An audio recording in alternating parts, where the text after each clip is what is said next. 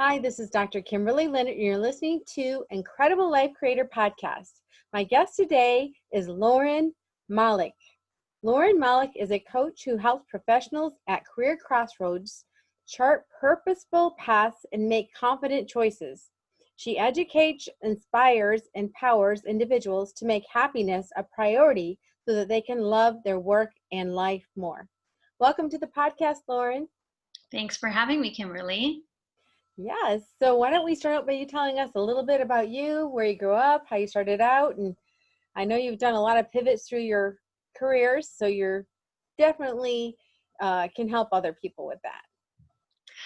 I would love to. I actually just had this moment where I thought to myself, is the door to this room locked? Because if not, children are going to barge in any minute. So let me just check that. Is that okay? Yeah. 1 second. Cue children. Okay. Yes. You hear that? Yeah. So I am talking to you from lockdown due to COVID. Yes. Where I'm sure you and a lot of your listeners can understand the difficulty of finding private spaces. Exactly. So let's go back to your story. Yeah, let's do that. So where do I start? I'm from Toronto. I'm a Canadian. I was born in Toronto. I was raised in the suburbs of Toronto. And I never knew what I wanted to do when I grew up. I was never someone who wanted to be a doctor or a scientist or an actor. I was just a regular average kid. And I studied at McGill University, which is in Montreal. And I think I was fortunate that my parents allowed me to study what I wanted and what I was interested in. They never pressured me to be anything either. There was never an expectation that I take over the family business or be an accountant or anything like that.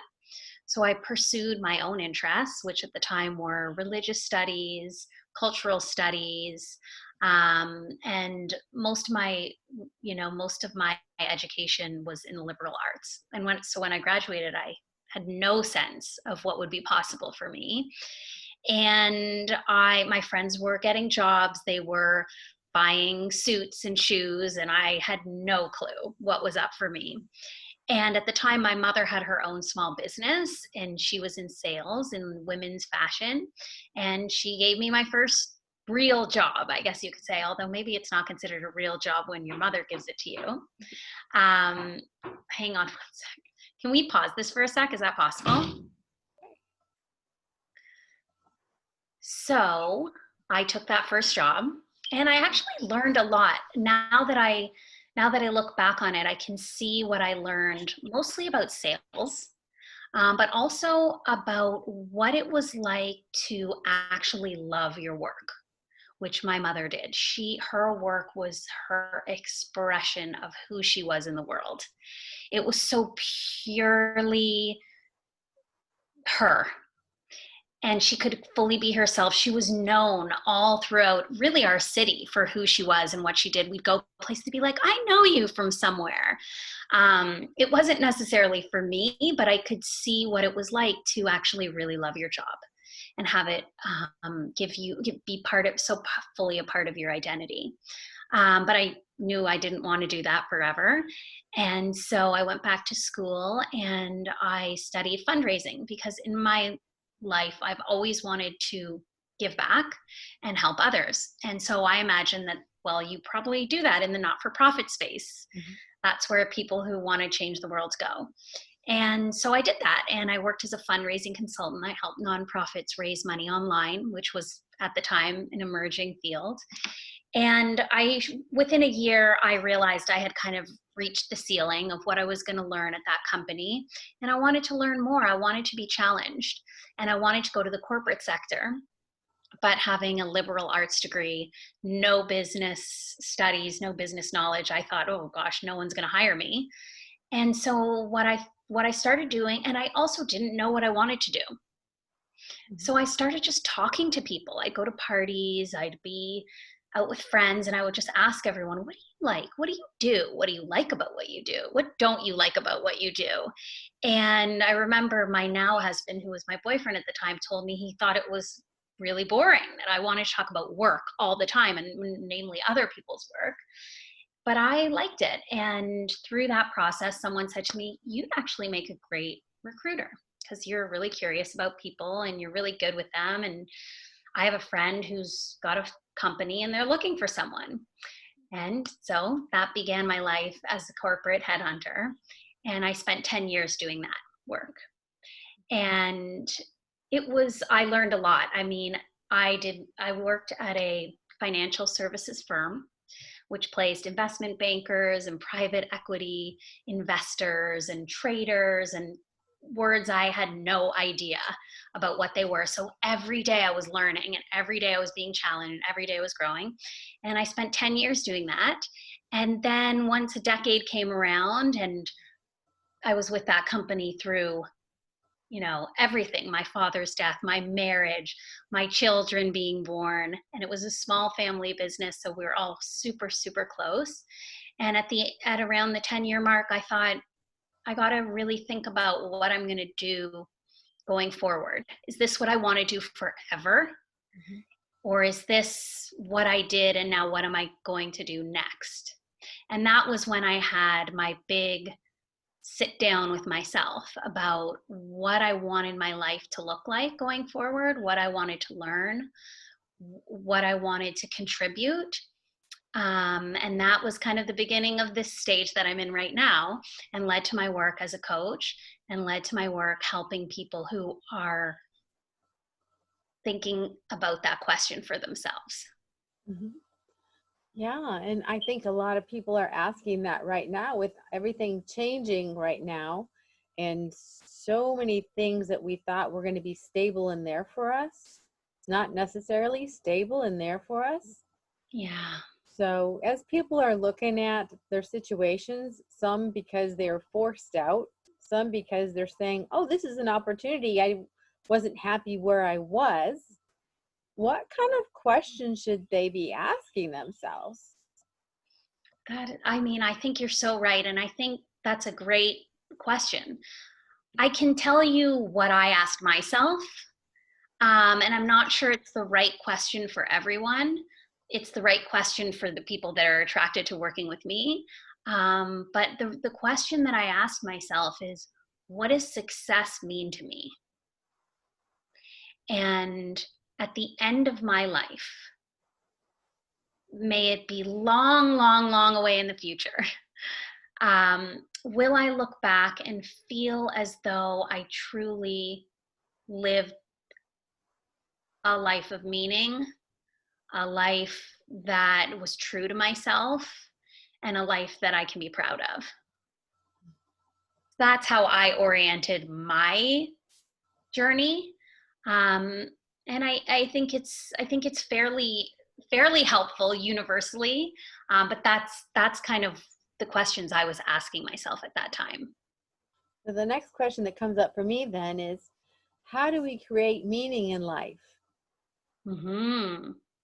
Yeah, and it's interesting because when I first started thinking about what am I going to do next, one of the exercises, I worked with a coach, and one of the exercises she took me through, which I now do with all my clients, was envisioning myself a few years down the road and kind of what did I see for myself. And, I saw myself in the same house, in the same kitchen, with the same partner and the same kids. But the difference for me was that I was fully in it rather than just, going through the motions of life and always being distracted and busy and whatever. And so going back to your question about how do we create meaning, I think we create meaning by figuring out what's most important to us in our lives and what our values that we hold most dear are. And then we try to align our actions with those values. And that Does makes that make sense? Yeah, it really A bit does. of a roundabout answer, but Because I know sometimes for some people, just trying to make as much money as they can, that's important. For me, it's always been, I want quality time to be Mhm. able to spend with myself, with my loved ones, and to just pursue my things that I enjoy doing, like art. Mm. So I'll be willing to make less money so that I can enjoy those things.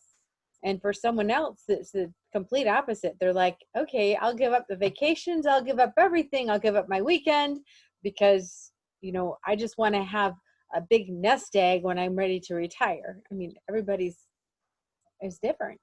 Yeah, exactly. And that's why I think it's really important for everyone to determine what values they want to design their life around, because it really is so personal. Like for some people, having that sense of accomplishment means, and having the financial success and the security and really feeling like they made themselves that way is so important to them and how they want to be remembered.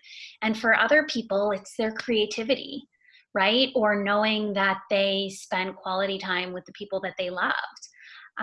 Or for other people, it's, community. um, or self-expression. So yeah, it's really, I think, important that everyone start with the question of what matters most to me and how do I want to design my life around that. Mhm. And I'm also thinking about, as you're speaking, about the balance between having the meaning, and then there's the security piece, but then there's the self-expression or the freedom piece. So, how do we balance, the security with the creativity? I know that's different for each person. Yeah, it's funny, it reminds me of the phrase, like, you know we want it all, right? Like, and can we have it all? And I think we can, but it's just to what degree, right? Like, Mhm. can we have it all? Like, can we have all the money and all the time and all the self expression all the time? So I think we can have most of the stuff most of the time and some of the stuff some of the time. I think also it depends on what stage of life we're at. Like there are certain stages of life, I think, where some of our priorities are different than others, and so we have to consider that. And that's where I think this idea of, like, I'm sure many people would agree, many people would probably say yes, you can have it all and you should have it all and you should want it all. What I believe is you can have most of the stuff most of the time, or some of the stuff some of the time, and accept that that's enough, Mhm. and Mhm. be happy with what you have. Yes. Does And that make sense? it does. And also, I'm thinking through life, sometimes some things become priority over other things. So when you have small children, well, most of the time you're going to have to spend more time with the small children than you are when they're in high school or college and they're kind of on their own. Yeah, I think so. So, like early in my career, I worked a lot and I loved working, and I loved the feeling of making my numbers and getting my bonuses and earning money because I felt so accomplished and proud of myself. And then when I had my kids, I realized, well, actually, I don't care about that as much right now. Now I care about being around them. So if it means I have to sacrifice that, I'm willing to do that because I'm doing it in service of this meaningful purpose that I have for my children. And I think as they get older, and even now as they're getting older, my priorities are shifting again. Right now I'm interested in building my business, and this idea of the business is, an expression of myself in the world. So I think we have to be okay with where we're at and accept where we're at, instead of looking over our shoulder thinking, well, maybe I should be doing that other thing instead. Maybe what I want isn't good enough. Maybe I should want that too. Yeah. And being dissatisfied doesn't help anyone feel any better. So No, definitely not. So It's when, not conducive to your best work, that's for sure.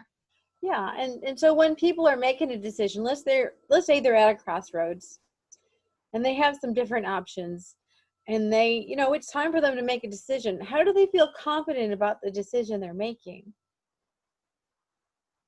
Such a good question. I think people come to feel confident in a couple of ways. I think they come to feel confident by knowing that they actually have explored their options. So they didn't just go with option A.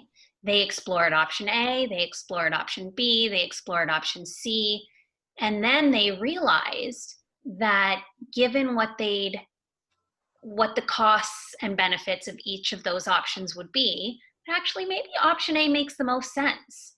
And so they can accept it more because they know they did their due diligence.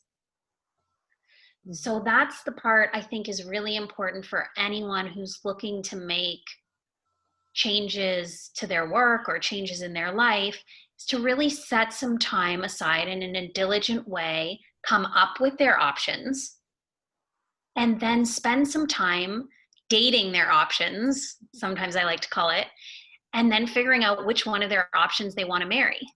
And then once you do that, once you decide, the next thing you must do is move on and let go, right? Because you have to just move forward with what your choice was and feel good about it. But to your question, I think it's really about having spent some time really researching, talking to people, thinking it through. It enforces their decision. Mm-hmm. And then the other way people really come to feeling confident about their choice is when they have spent time figuring out what their priorities and their values are, and they know that they're making their choice in line with that value. Yeah, so important. That is so important. And actually it's interesting because many of the people I work with, when we start working together, it'll often start with, I think I need to quit my job, but I can't because it pays the mortgage. I've got kids in private school. Like, I just can't quit my job, but at the same time, I have to quit my job because I'm so miserable and unhappy. And a lot of my clients do end up staying in their job and in their career, but they end up doing so with a sense of it having been their choice to stay because they've done the work of figuring out what's great about it, what it offers them, what the alternatives could look like for them, the costs and benefits of those alternatives, and then also what their agency is within their choice to make it better. Mm-hmm. Because even in staying, there are always ways to make it better. And sometimes that looks like shifting your perspective, and it can be an internal change. But other times, and most often for the people I work with, they're actually really doing things to make things better. Like they if they're missing and craving a sense of creativity, they might take a painting class.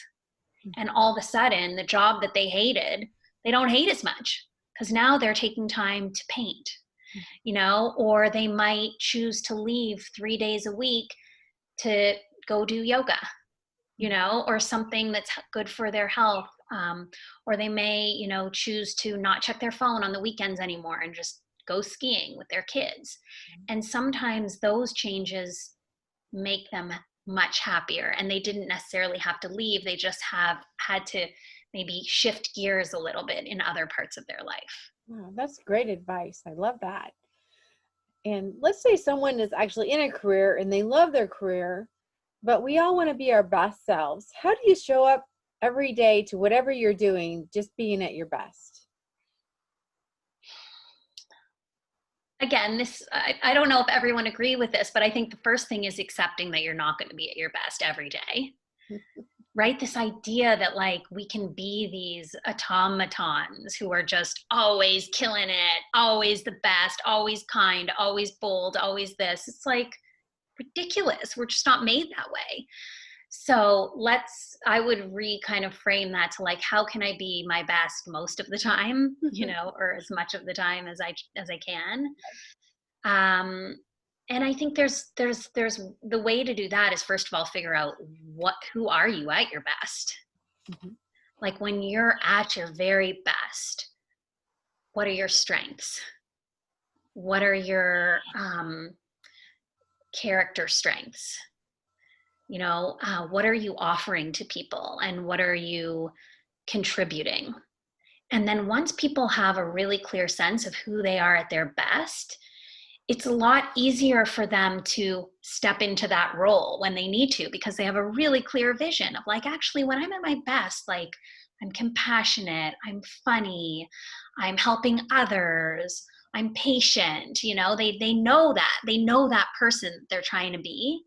And I think the other way we try to be our best most of the time is by managing the parts of ourselves in our minds that, keep us from that. Mm-hmm. So that could be the parts of ourselves that are super judgmental of other people, or are super judgmental of ourselves, or are scared, or are hurt, or are angry.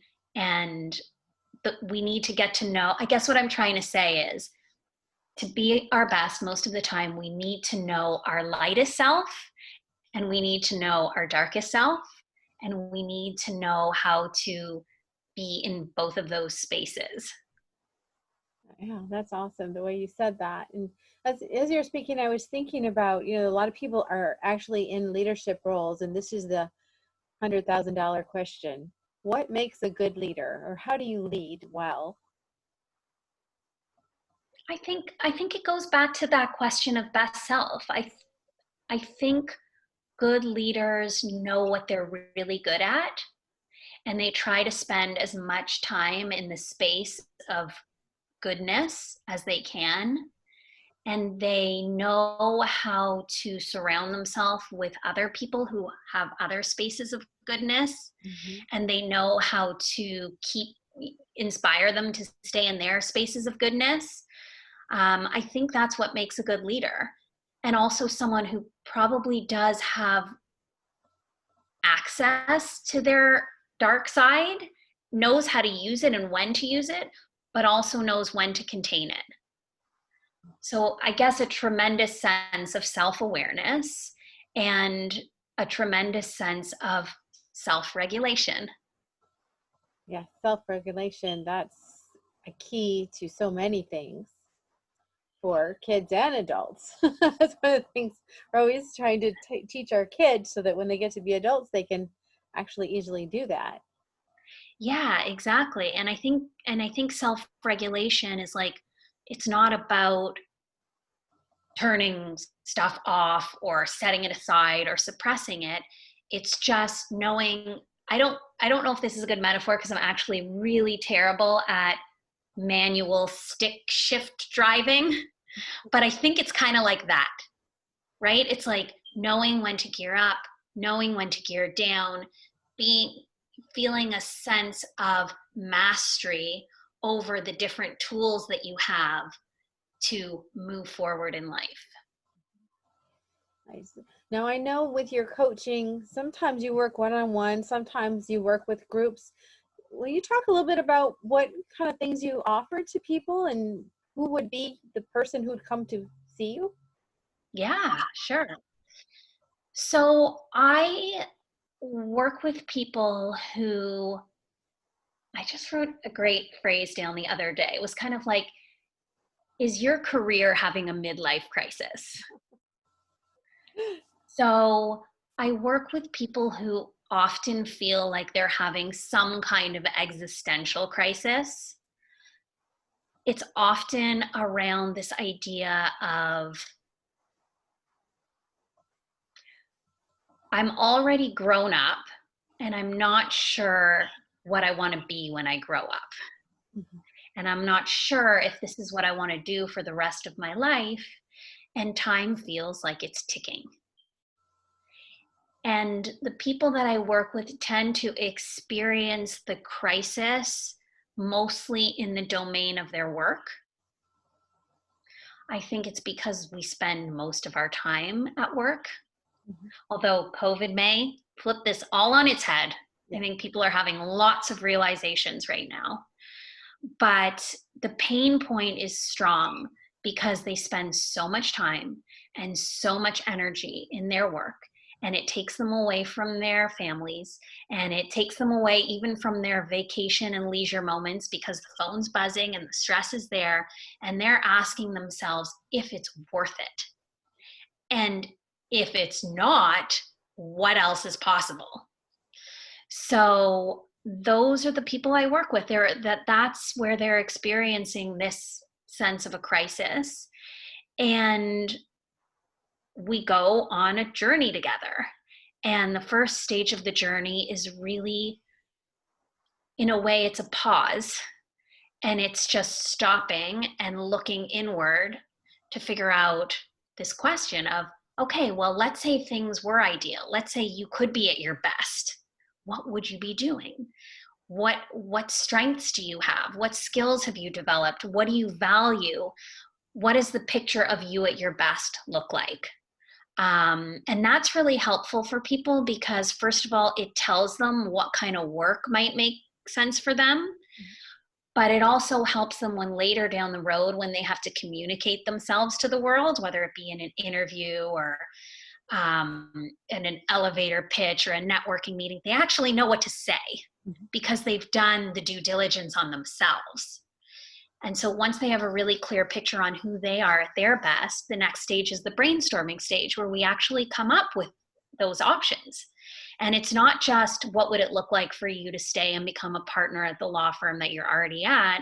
It's what's option B and what's option C, and what could those look like? I think people make better choices when they have more options, but not too many options. Mm-hmm. A lot of people get bogged down when they have too many options and then they just start going crazy. And then once we brainstorm some solid options that they feel excited about, the next stage is that dating the future and kind of doing some due diligence on each one of those paths to really understand, like, okay, so you're going to leave the firm, you're en route to being a partner. What would it look like to start this bakery that you think you've already wanted to start? What does it really look like to do that? And what would be the costs and opportunities associated with that? And then they start kind of they actually go out into the world and talk to people who own bakeries and, maybe even take a course on baking and whatever. Mm-hmm. And then comes that choice point, which you talked about earlier, which is when the individual has to decide which path they're going to take. And they run that choice through their head, they run that choice through their heart, they run that choice through their gut, and they make the choice, whatever it may be. And there's, a lot of emotions that are involved in that as well. Because every time you say yes to something, you're saying no to something else. So true. So true. Yeah. But I think the outcome of it is that people feel so much more, such a greater sense of autonomy because they've gone through the exercise of making a choice. So instead of it feeling like, oh, where did my life go? All these choices kind of just happened and I didn't really make them. It's like, no, like we're actually really conscientiously going through this process.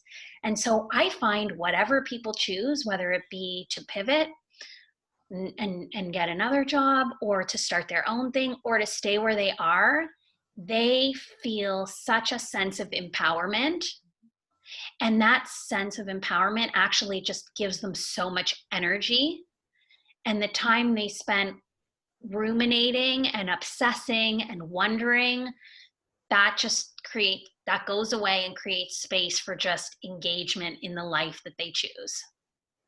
Beautiful. And that's what we all want. We want to wake up excited and being engaged in our day and what we're doing.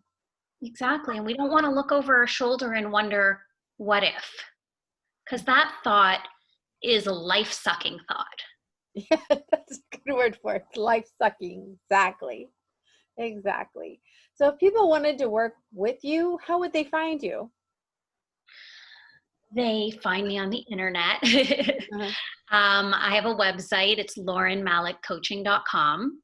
That's where most people find me. A lot of people also find me on LinkedIn, where I try to offer articles, posts, other people's research about, engagement at work and in life. So they can find me there at just under my name.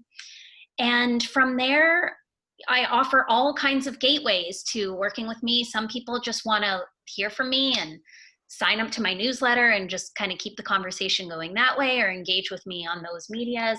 Other people might want to work with me more closely, and that's easily accessible through my website, dropping me a note. We start with an introductory kind of discovery call to see if we're a good fit. And then I work with people who do sign up. We work together over a few months as I walk them through the process and offer them all the program materials I've developed to kind of take them through these questions. And then from there, most people are on their way.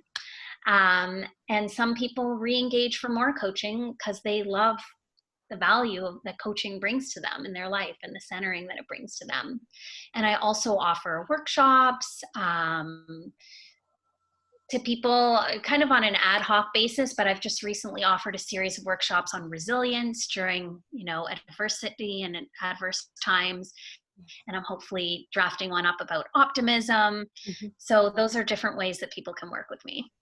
That is wonderful. So just to change gears a little bit, back to you. Mm-hmm. What gives you the most happiness and fulfillment in your life, or what things in the past have given you the most happiness and fulfillment? So it's funny because when I first started my journey, my coach asked me, what brings you happiness? And the first thing I thought was my kids, hiking. Those were the two I came up with. And I was like, oh my God, that's it? You can't make money out of that. You can't have a job. What kind of job are you going to have? Hiking, right? And I was like, that's not a good answer. And so that kickstarted me figuring out, yeah, but work-wise, what's going to make me happy? But it's funny because all these years later, I'd give you the same answer, really. What brings my life meaning? My family, spending time with them, watching my kids grow, hiking, being in nature, experiencing the wilderness, going camping. I mean, now my list is longer because I've broken it out farther, but it's like, yeah, going camping with friends and just being in the woods together. And now I'm actually really proud to say my work gives me so much meaning. Just working with people and moving with them through their journey, having people actually want to work with me. Every time it happens, I'm like, this is crazy. Are you sure? It just makes my life so meaningful.